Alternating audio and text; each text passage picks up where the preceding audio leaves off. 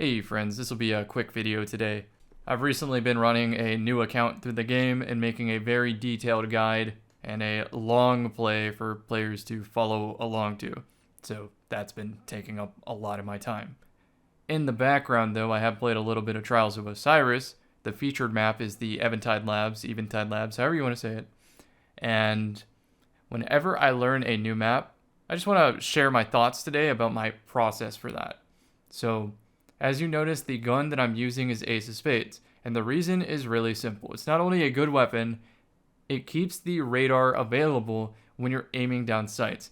And the radar gives you so much information in this game that you can, even without knowing a map, if they randomize the map just like the Infinite Forest, I would know exactly where to place my crosshair generally just because the radar is up.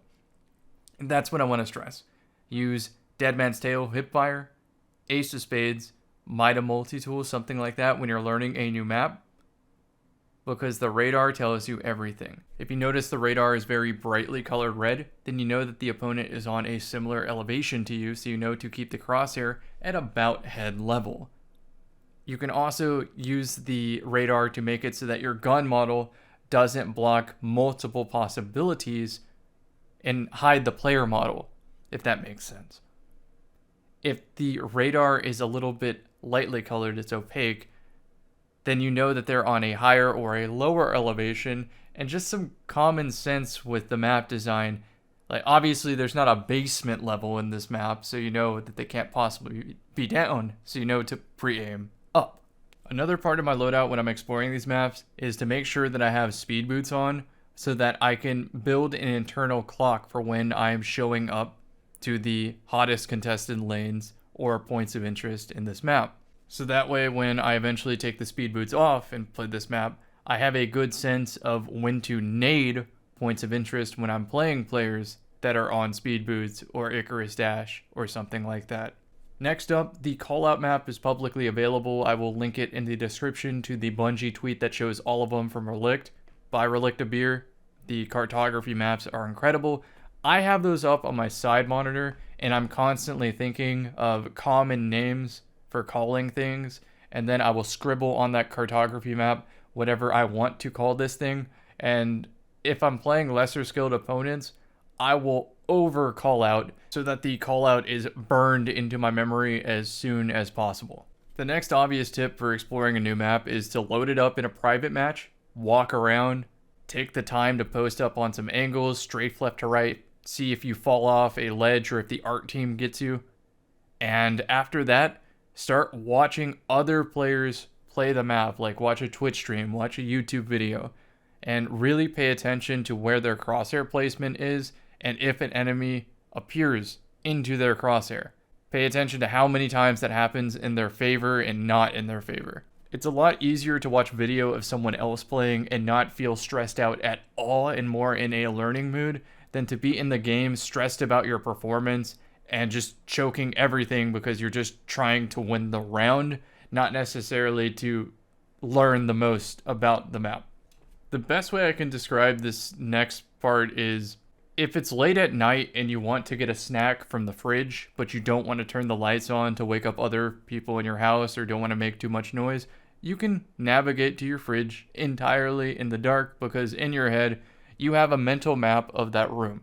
That is how you need to visualize what the radar is telling you on these new maps. You need to try to imagine what the room is around the corner and exactly where they're most likely to be positioned. Think of a 3D model of the map in your head when you're staring at that radar.